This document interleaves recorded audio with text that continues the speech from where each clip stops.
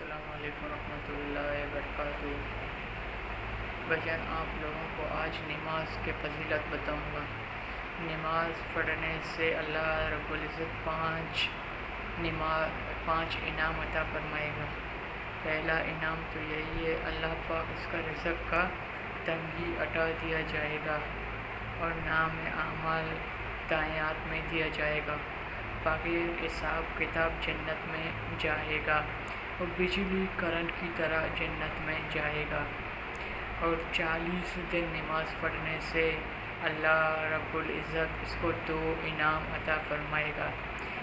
پہلا انعام یہ ہے کہ یہ شخص منافق نہیں ہوگا۔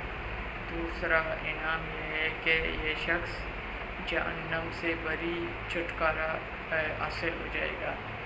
یہ 40 دن تکبیر اولیٰ نماز پڑھنے کی فضیلت ہے۔ جو بندوں کو نماز کے بارے صحیح ہمارا بات سمجھ نہیں آیا اور ڈسکرپشن میں کمنٹس میں بتانا، پھر آپ اس کو بتاؤں گا انشاءاللہ۔